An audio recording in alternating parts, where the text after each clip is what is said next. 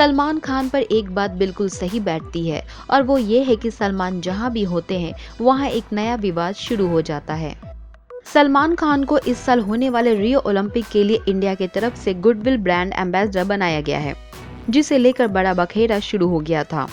और अब ये बात शांत हुई नहीं कि उनके एक बयान ने एक और विवाद शुरू कर दिया है। सलमान खान इन दिनों अपनी फिल्म सुल्तान के प्रमोशन में जुट गए हैं, जिस सिलसिले में उन्होंने अपने एक इंटरव्यू में कुछ ऐसा कह दिया है जो उन्हें नहीं कहना चाहिए था।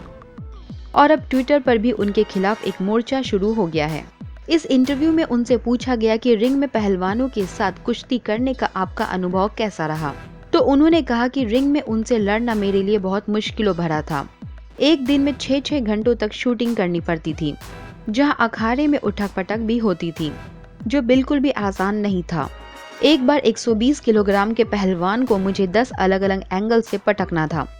साथ ही उस पहलवान को भी मुझे पटकना होता था और ऐसा कई बार करना होता था, जहां कभी कभी हमारे बीच रियल फाइट भी हो जाती थी। और जब शूट पूरी कर मैं रिंग से बाहर निकलता था तो मुझे ऐसा लगता था कि मैं एक महिला हूं जिसके साथ बलात्कार हुआ है, क्योंकि इतना कुछ होने के बाद मैं सीधे बिल्कुल भी नहीं चल पाता था और कुछ खाने के बाद मैं सीधा फिर से ट्रेनिंग के लिए चला जाता था। लेकिन ऐसा बोलते ही उन्हें लगने लगा कि उन्होंने कुछ गलत बोल दिया है। वहीं ट्विटर पर भी उनके इस बयान के बाद बवाल मच गया है। आप भी देखिए इन ट्वीट्स को, जहां लोगों की कड़ी प्रतिक्रिया आ रही है।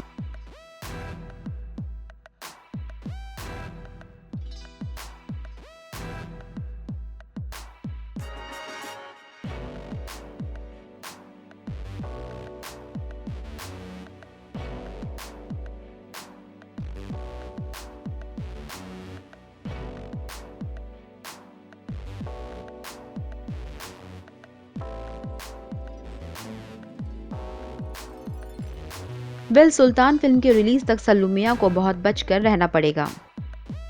बॉलीवुड के मोर अपडेट्स के लिए देखते रहें हमारा चैनल।